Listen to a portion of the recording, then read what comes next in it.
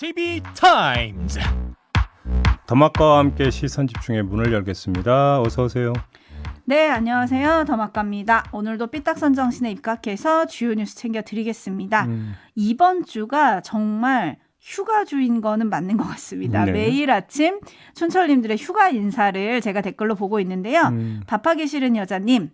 휴가 첫날 여유롭게 남편이 주는 커피 마시면서 시선 집중을 듣다니 역시 휴가가 좋습니다. 네, 좋은 시간 보내고 계십니다. 네, 밥하기 네. 싫으신데 휴가 내내 밥 안 하셨으면 좋겠네요. 네. 네, 그리고 지금 휴가인데 어디 가지는 못하고 집에서 시선 집중과 함께 휴가를 보낸다. 이런 분들도 꽤 되세요. 비 오는데 어디 가시겠어요? 그냥 집이 제일 편하지. 네, 그렇긴 하지만 휴가는 또 어디 가야 마시긴 한데 가실 때는 또 방역도 철저히 하시기를 바라겠습니다. 네. 한우쇼님이 굿모닝입니다. 출산휴가로 집에서 듣기는 처음이네요. 출산휴가 중이신가요? 네, 근데 사진은 남성분이신데 요즘 남성도 출산휴가 그러니까요. 같죠. 요즘은 또 그러니까요. 네. 비도 시원하게 오고 모두 화이팅입니다 해주셨는데 와, 네, 딴짓하지 마시고 부인에게 매 순간 충성을 다하셔야죠. 네, 결의에 차게 얘기해 주시네요. 그런 거 아니겠습니까? 네, 한호쇼님 꼭 지키시기 바라겠습니다. 네, 옛날에 재원 어떤 분은 낚시 갔어요. 네, 출산휴가예요? 와, 네. 그분 지금도 같이 살고 계신지 궁금하네요. 그 용감을 넘어서 만용이었죠, 그죠? 그러니까요. 네. 자, AS 탄 것이죠. 네. 연일 논란이 되고 있는 만 5세 초등학교 입학 등 학제 개편, 이게 지금 전국을 뜨겁게 달구고 있는 이슈 중 하나인데요. 네. 어제는 휴가 중인 대통령이 신속한 공론화를 지시했다라는 얘기가 나오기도 했고요. 박순애 교육부 장관은 반대하는 학부모들을 만났습니다. 네. 그 현장 오디오로 먼저 만나보시죠. 지금 사교육이 난리가 났어요. 이런 황당한 일을 만들면서 저희는 사퇴운동까지 갈 겁니다. 이미 잘하고 있는 아이들도 불행하다고 하면서 학교를 다니고 있는데 지금 산적해 있는 문제 하나 해결하지 못하시면서 장관님이 제가 위로받으려고 하는 게 아니에요. 원론적 입장을 되풀이하던 박 장관은 결국 정책 폐기 가능성을 시사했습니다. 만약에 정말로 이 정책이 아니라고 한다라면 정책은 폐기될 수 있다고도 생각을 합니다. 네, 논란 4일 만에 정책 폐기까지 장관의 입에서 나왔습니다. 네. 그 이제 어떻게 되는 겁니까? 자, 한번 이렇게 훑어보죠. 지난주 금요일에 업무 보고가 있었습니다. 네. 그 자리에서 윤석열 대통령은 신속히 강구하라고 지시를 내렸습니다. 그리고 논란이 불거졌습니다. 그러자 어제 윤석열 대통령이 또 지시를 내렸다는 거 아닙니까? 공론화 과정을 밟아라. 네. 이렇게 지시를 내렸다는 거죠. 지난주 금요일에 신속히 강구하라와 공론화 과정을 거쳐라는 결이 완전히 다른 지시 내용이라고 봐야 되겠죠. 네. 그리고 그 일환으로 박순애 장관이 지금 교육 관련 단체 대표들과 만난 거 아니겠습니까? 이렇게 보면 누가 보더라도 이건 후진 기여라고 봐야 되는 거죠. 후진 기여. 그렇죠. 후진 기여를 넣었다고 봐야 되는 거고요. 이런 상태에서 뭐 폐기 이야기까지 나온 것은 일단은 들끓고 있는, 타오르고 있는 불길을 잡기 위한 단어 선택이라고 봐야 될 것 같습니다. 근데 문제는 이것이 즉각 폐기의 선언이라고 볼 수는 없다. 그렇죠. 일단 후진기어라고 저는 말씀을 드렸습니다. 그렇죠. P가 아니라 후진이라고 했습니다. R이라고 했습니다. 네. 그렇게 되면 상황에 따라서 다시 추진할 여지를 아마 좀 살피게 될 텐데 쉬워 보이지는 않는다는 거죠. 왜 그러냐면 이게 찬반이 좀 확실하게 갈려가지고 찬반의 어떤 그 여론 흐름이 충돌을 하면서 거기서 틈을 봐야 되는 건데 이건 찬반이 뭐 갈리고 말고 뭐 이런 현상이 거의 나타나질 않고 있잖아요. 거의 지금 뭐 입장이 비슷하지 않습니까? 네. 이런 상태에서는 틈을 노리기가 쉽지가 않을 것이다. 이런 말씀을 드려야 될 것 같고요. 한 말씀만 더 드리면 자, 경찰국 설치 과정에서 이른바 밀어붙이기. 결국 그거는 관철을 시켰어요. 어제 출범을 했습니다. 했습니다. 자, 하지만 그 과정에서 정권은 상처를 입은 것은 부인할 수 없는 사실입니다. 네. 상처를 입었지만 아무튼 밀어붙여서 설치까지 갔던 데에는 복종의 의무를 띠고 있는 공무원 사회라고 하는 특수성이 작동을 했다고 봐야 됩니다. 하지만 이 문제는 밀어붙여서 될 성질의 문제가 아닙니다. 국민을 상대로 하는 거잖아요. 그렇죠. 복종의 의무가 없습니다. 국민들 네. 같은 경우. 오히려 저항권을 갖고 있지. 그런 상태이기 때문에 마구잡이로 밀어붙인다고 될 게 있고 아닐 게 있는 거다. 그걸 좀 분별을 좀 해라. 이 말씀까지 드려야 되는 것이죠. 네, 촌철님들의 반응도 좀 뭐 지배적으로 반대가 좀 많긴 한데요. 초콜릿은 달콤해님 좋아 팩이 빠르게 가라고 해주셨고요. 현님은 공로란을 먼저 했어도 뒤집어지는데 먼저 발표로 매를 버네요라고 해주셨고요. 네. 그다음에 925 하나님은 아니면 말고 정책이네요라고 보내주셨고 곧 주식 부자님은 이번 정책은 국민 대다수가 반대하는 것 같은데 추진하는 배경이 무엇이었는지 정말 궁금합니다라고 해주셨습니다. 네. 근데 장관도 말을 다시 보면은 만약에 정말로 이 정책이 아니라고 생각한다면 폐기될 수도 있다고 생각합니다라고 했거든요. 그래서 정말 이렇게 갈지 좀 지켜봐야 될 것 같아요. 그거에 이제 그 재미난 포인트가 하나가 박순애 장관이 조만간 설문조사를 한다고 밝혔죠. 그럼 정말 아니라고 판단을 그 확인할 수 있는 계기가 뭘까요? 설문조사 결과가 되는 겁니까? 그걸 염두에 두고 있는 겁니까? 그래서 한번 좀 보도록 하겠고요. 네. 밀어붙이기, 이른바 개혁의 명분으로 밀어붙이는 사안은 어떤 때나 성립이 되는 거냐면 그 개혁의 취지와 방향에 대해서 국민 다수가 동의하는 사안일 경우에만 해당이 되는 겁니다. 그런데 이거는 지금 정반대잖아요. 번지수를 완전히 잘못 짚었다 이렇게 봐야 될 것 같습니다. 네, 전환을 할지 지켜보도록 하겠습니다.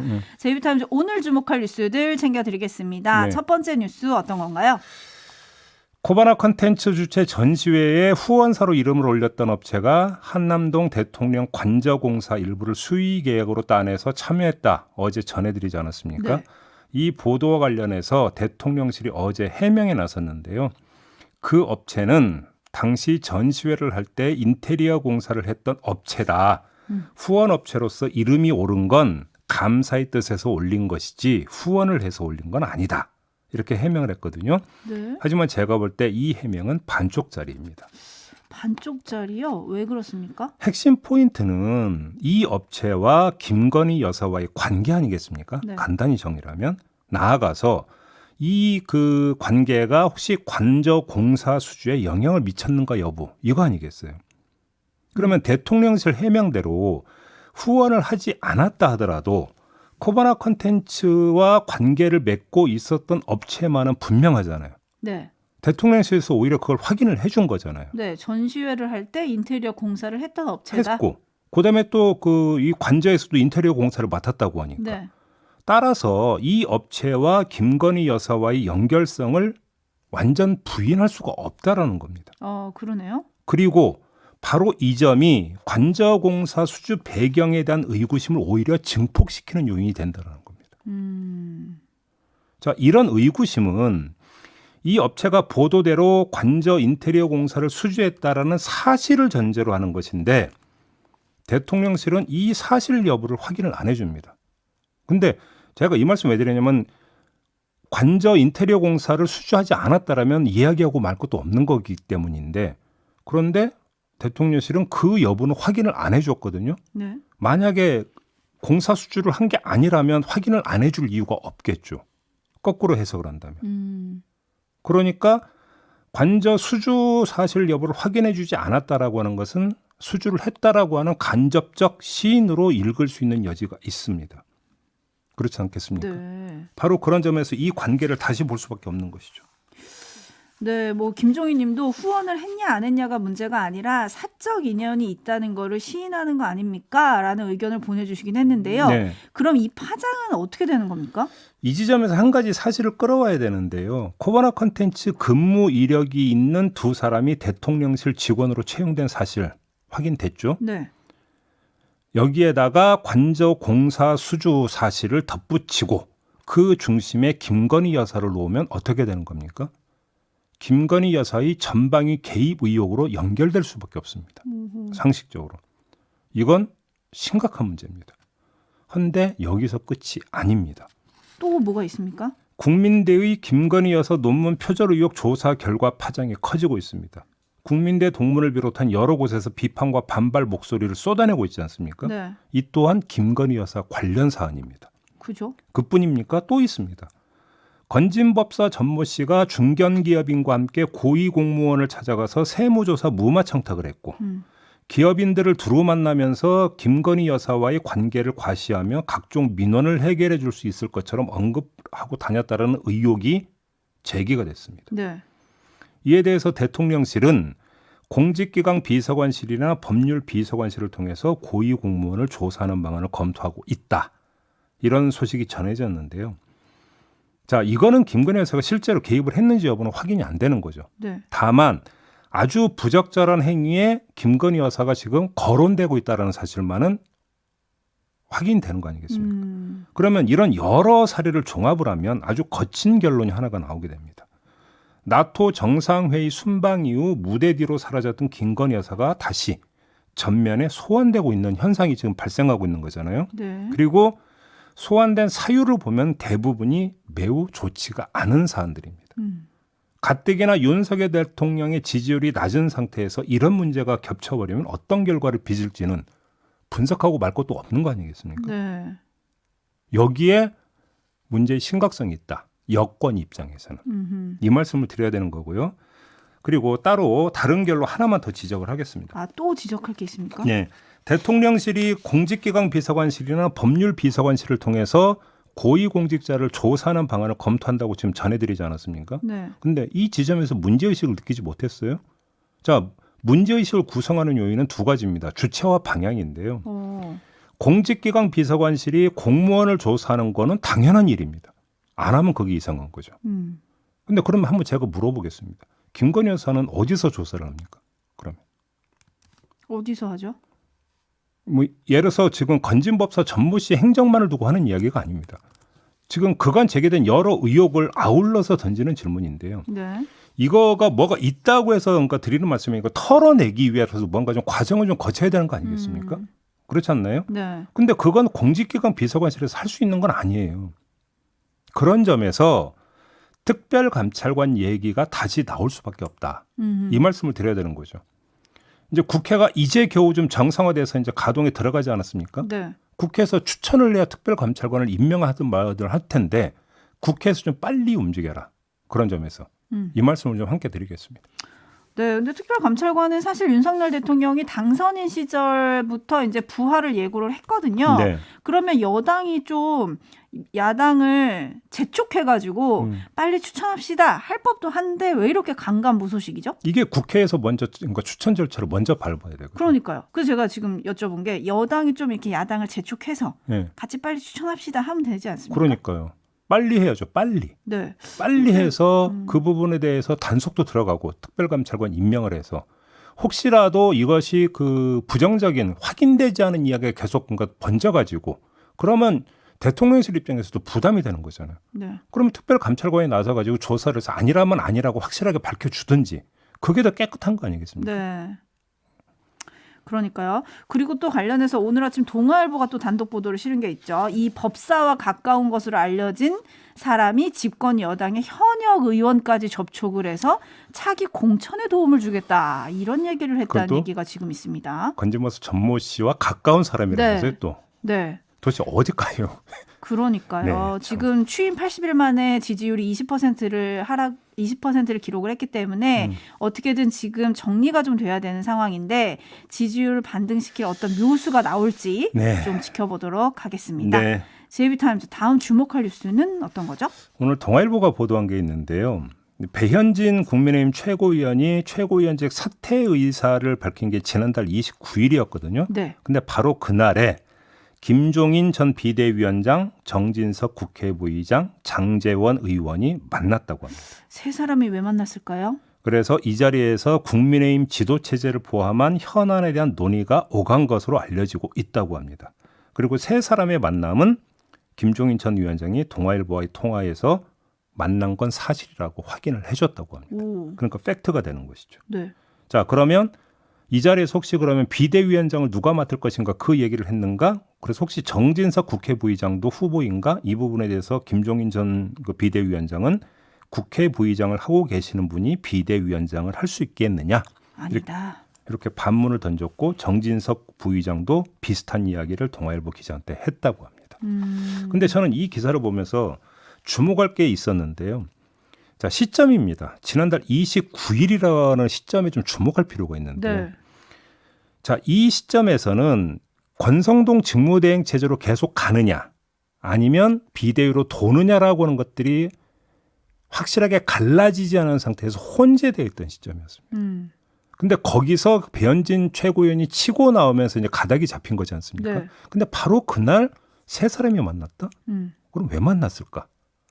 이게 지금 궁금한 부분인데 액션이 하나 들어갔고 그 다음 액션을 위해서? 그 JB타임즈에서도 전해드린 바가 있었는데요. 김종인 전 비대위원장이 이틀 전인 27일에 국민일보하고 인터뷰하면서 뭐라고 언급한 바가 있었냐면 차라리 정상적인 대표 체제를 만들어야 한다. 네. 비대위가 아니고. 비대위 만들어서 뭐 하겠느냐. 네, 차라리 정상적인 대표 체제를 만들어야 한다고 이틀 전에 국민일보 인터뷰에서 언급을 한 게 보도를 탔거든요. 네. 그리고 이틀 뒤에 윤핵관의 핵심인 두 사람이 김종인 전 비대위원장을 만났다. 이걸 좀 주목을 해서 봐야 되는 거죠. 그러면 단순히 비대위를 어떻게 꾸릴까요? 그럼 비대위원장은 누가 좋을까요? 이 자문을 구하기 위해서 만났다고 보기는 힘들다라는 겁니다. 전체 그럼 판을 어떻게 만들 것이냐 이거를 보려고 만났을까요? 그렇게 봐야 되는 건데 근데 더 재미있는 사실은 이 모임에 장제원 의원이 포함이 되어 있고 그다음에 김종인 전 비대위원장이 중앙선거관리위원, 그러니까 여기 선거대책위원장을 맡다가 그만두는 과정에서 윤핵관은 그렇게 사이가 좋은 상태가 아니었거든요. 네. 그런데도 만났다. 하지만 장제원 의원과의 공부 모임에서 만나면서 우리가 뭐 그렇게 껄끄럽지는 않다 이런 얘기를 하긴 했었죠. 네. 아무튼 제가 볼 때는 좁은 범위 안에서 논의가 오갔다고 보기는 힘들다. 왜냐하면 이틀 전 국민일보 인터뷰에서부터 흐름을 따라가면 그렇다라는 겁니다. 뭔가 큰 그림이 그려지고 있었군요. 그리고 역시 핵관 중 최고의 윤핵관은 장제원 의원인가? 라는 물음표가 또 생기기도 하고요. 그렇죠. 네, 또 어떻게 흘러갈지 이것도 또 지켜봐야 되겠네요. 네. JB타임즈 다음 주목할 뉴스는 어떤 건가요? 어제 국회에 출석한 백경란 질병관리청장과 강선우 민주당 의원 사이에 이런 문답이 오갔는데요. 잠깐 들어주시죠. 문재인 정부와 윤석열 정부의 방역 정책의 결정적인 차이가 무엇입니까? 저희 환자 진료를 위해서 백신, 치료제 그리고 방역 수칙 준수 등은 여전히 유효한 수단이고 또 이전 결정적인 차이점이요. 네, 가장 드러나는 부분은 국가 감염병 위기 대응 자문위원회를 신설한 것이라고 생각합니다. 이름 바꾼 거 아닙니까? 그걸 결정적인 차이점으로 볼 수 있습니까, 정장님? 구성원이 민간 전문가로만 구성이 되어 있다라는 것이 지난 정부하고 차이가 아니 두 위원회 모두 전문가들이 자문하고 직접적인 네. 정책 수립 기능 없는 상황이지 지난 않습니까? 위원회는 공무원과 그리고 이해 당사자도 같이 참여하는 약간 협의체 개념의 위원회였다고 생각합니다. 아니요, 전문가 자문 받아서 정부가 결정하는 것에는 차이가 없지 않습니까? 네. 자, 이게 과연 결정적 차이라고 볼 수 있을까요? 이걸 한번 좀 말씀을 드려야 될 것 같은데요. 네. 차이를 논하려면 먼저 기준부터가 설정이 돼야 되는 거 아니겠습니까? 차이는 같은 기준에서 나오는 개념이니까요. 네. 자, 그러면 코로나 방역에서의 기준은 뭡니까? 당연히 바이러스 전파 상황과 방역 과제 그리고 사회적 참여 정도 등에 따라서 달라질 거 아니겠습니까? 네. 문재인 정부 때는 사회적 거리두기가 전면 실시되는 상황에서 위원회를 꾸린 거고 따라서 위원회의 설치 목적이자 방향을 일상 회복에 맞출 수밖에 없었고 그래서 이름도 일상회복지원위원회였잖아요. 근데 윤석열 정부에서는 사회적 거리두기가 사실상 해제된 상태에서 전문적 방역 대응에만 초점을 맞춘 거잖아요. 그러니까 위원회 가동 배경과 목표가 다른데 이걸 어떻게 단순 비교해서 차이라고 이야기할 수가 있습니까? 백경란 그 청장은 교수, 연구원 같은 전문가로만 구성된 걸 상당히 강조를 하던데 그게 혹시 전문가들이기 때문에 우리가 뛰어나다 라는 사고를 깔고 지금 그 차이점을 강조를 한 거라면 뭔가 좀 잘못 생각하고 계시다. 왜 그러냐면 방역에 대한 어떤 대응 부분은 전문가의 몫이고 사회적 거리두기에 대해서는 사회적 합의가 필요한 부분이기 때문에 관련 단체 대표들이 참여한 것이고 갈라서 봐야 되는 것이죠. 그래서 그때 당시에 상황이 중요하다고 지금 제가 말씀을 드리는 건데 이걸 분별하지 않고 전문가들로 꾸렸기 때문에 문재인 정부하고 다르다? 이게 과연 설득력 있게 전해지겠느냐라는 얘기입니다. 그렇지 않나요? 네. 점 하나 찍고 못 알아보는 드라마가 생각납니다라는 의견이 지금 올라왔는데요. 예. 네, 뭐 어쨌든 하루 지금 신규 확진자가 10만 명을 넘어섰고요. 국내 확진자 수도 2천만 명을 넘었습니다. 빨리 좀 잡혔으면 좋겠습니다. 네, 마무리하죠. 더마카 수고하셨습니다. 고맙습니다.